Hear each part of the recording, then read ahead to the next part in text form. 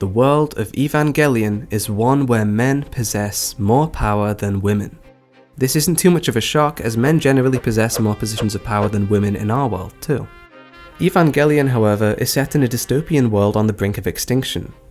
With the unforgettable third impact taking the form that it does in End of Evangelion, we need to read no deeper than a single lesson in film studies and mise-en-scène to realise that Evangelion is a story all about gender, individuality, and a struggle not only within our main character, but in everybody to some degree. It's a fascinating halfway dystopia in that we aren't just looking at characters who are struggling to survive, but characters that are struggling to live. I feel we need to begin by taking a look at Gendo Ikari. Being the director of the Avas and the Human Instrumentality Project, Ikari is in control of Tokyo 3's fate and the lives of everybody who resides there. Ikari commanding both of these vital operations makes NERV a component of male power, and this is reinforced by NERV's boardroom meetings, being held by numerous faceless men. This is not a place where women hold any real power. Gendo and the other male characters in the show follow a certain portrayal of men that is used to convey desirability in most other shows or films. In a traditional sense, film and TV portrays men having power over women as being something of a norm. This traditionalism is conveyed as something wholesome, something good. However, in Neon Genesis Evangelion, the behaviour of men and their control is something that is never used to promote traditional viewpoints. In fact, the control that men possess is very present in Evangelion for the sole purpose of being something bad. Before we dive into the mastermind himself, we need to take a small sidestep. The morals of someone like Emiya Kiritsugu, for example, aren't pure, and at the end of the day come from a place of selfishness, especially in more cold-blooded acts. And yet, we like Emiya because the anime Fate Zero positions us with him. Be it his tragic backstory or his sheer resolve, or the deep love he holds for his wife. We like him because we follow his story largely from his perspective, and if we don't agree with his moral code, we can at least understand it. There are many characters that have these features and achieve positioning from an audience in the world of anime. And yet, why do we not achieve positioning with Gendo? He also has a tragic backstory, deep love for his wife, and a strong resolve that can, at times, be cold-blooded. We can even understand his moral code, but yet he is never someone we align with as the audience. It's because we aren't seeing his story through his perspective. Shinji, the boy that we are positioned with, sees a man who cannot give him what he wants as an estranged father. And even though it's such a simple thing, we can never be positioned with Gendo because of it. This is one of the many ways that Evangelion twists the norms of gender and film language to achieve different outcomes integral to its message. To elaborate more on why this is the case, we need to talk about the idea of the male gaze. Theorized by Laura Mulvey in 1975, the male gaze is a universally known film theory which proposes that the point of view for shots, be it from a specific character or not, situate themselves from the perspective of men, to achieve power for the viewpoint character, which in turn enables us to be positioned with that character. Objectification of women is a common result of this, and this reinforces the patriarchal control that male characters possess in a narrative. The theory uses Freudian psychoanalysis and the idea of phallocentrism to fuel its readings of films. Many people came along later to understand and exemplify this theory within their work, and that brings us right back to Hideaki Anno and Neon Genesis Evangelion. Evangelion is a fantastic case of subverting this gaze and using it for different purposes integral to its plot. Gendo being dislikable is because we are seeing him from Shinji's lens. Whenever we see anybody in this show, it is from a carefully manufactured viewpoint for a carefully thought out response. Another example is the witty and talkative flirt Kaji. He is a smooth talker, another trope that males follow and obtain positioning with in cinema. Even though I initially thought he was creepy and a little on the nose with his sexuality, it wasn't until the closing episodes that I realised why his masculine traits were this overt. Kaji gets himself killed for using his wit to obtain too much information. His most definable trait, that he even uses to attract Misato and achieve happiness, is his own undoing. It's an example of masculinity not achieving any power for the viewpoint character and even going against him. The boardroom of males that control the future of the entire world fight with each other, and surprise surprise, they all die. The point being, it's important that the ones who hold power in NERV are all male, as the ending shows us that a world filled with men alone given too much power will inevitably destroy the world. The motive-driven Gendo Ikari sacrifices everyone's individuality for his own goals, and is pretty unlikable from his first scene. Gendo uses his power to control women for his own purpose. Like her mother, Ritsuko is wrapped around Gendo's finger, and Gendo is playing her like a fiddle in order to accomplish his goal of merging with Rei. He has a special relationship with Rei that almost resembles a father and a daughter. Both of these powerful relationships crumble before his eyes at the end of the series, however, as Ritsuko destroys all of the Rei clones, and even attempts to end the plans for the Human Instrumentality Project by using the Magai supercomputer, which essentially runs the whole of NERV, to turn against him. This supercomputer is modelled from Ritsuko's mother, and in a shocking twist, it doesn't follow through with Ritsuko's orders. Even an omnipotent machine is no match for a man given too much power. Rei, who has witnessed this, chooses to ignore Ikari and instead carries on with the plan by herself. By escaping the control that Gendo uses to manipulate people, Rei is now free to do as she wishes. In a sense, she was literally shackled like a prisoner to be used by Gendo.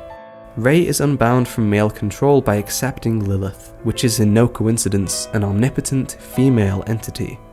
Rei, in turn, becomes a godlike character because of this.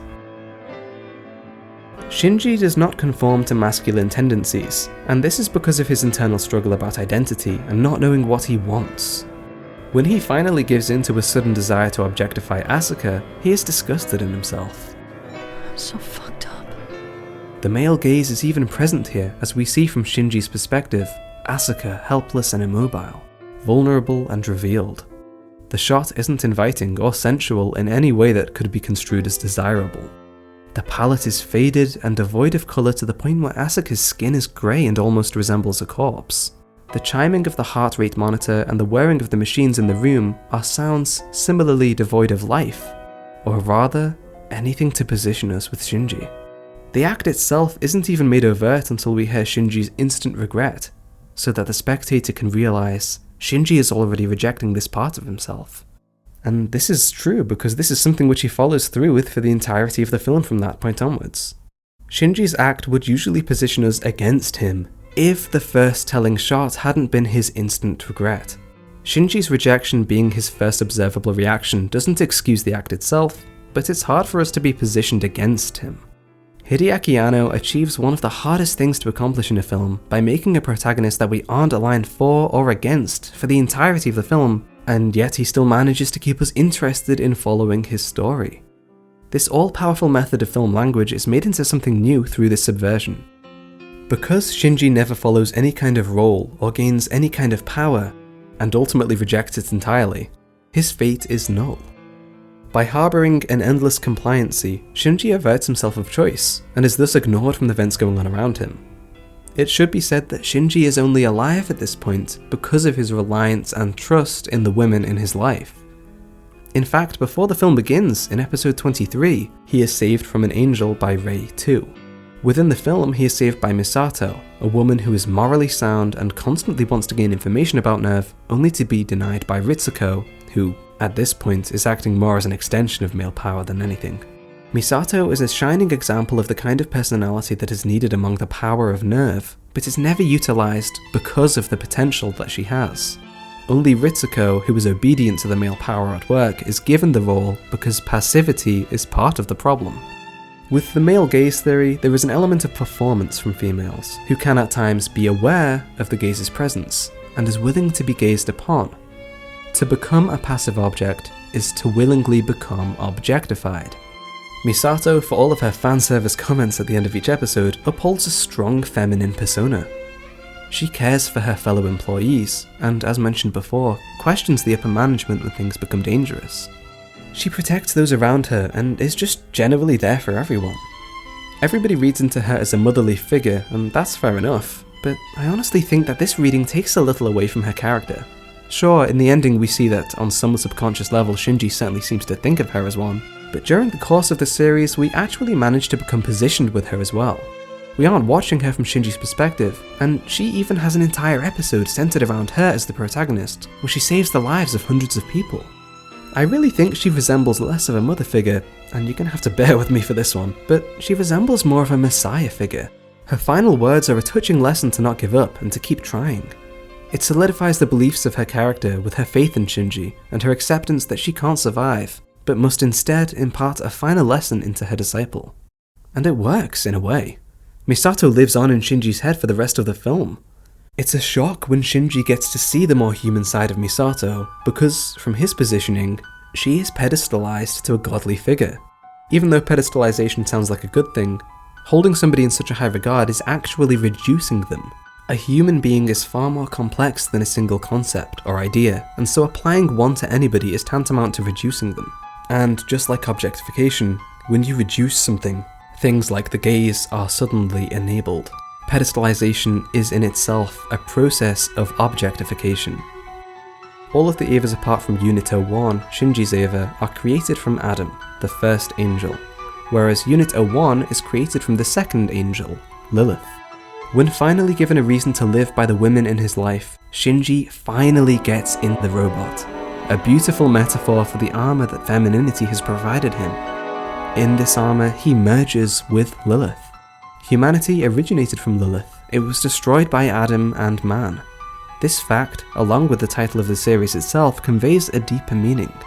We have two overtly religious words here, with Evangelion referring to the gospel of Christianity itself, Genesis, which implies a point of origin, and then we have neon, an element, but also named from the Latin word for new.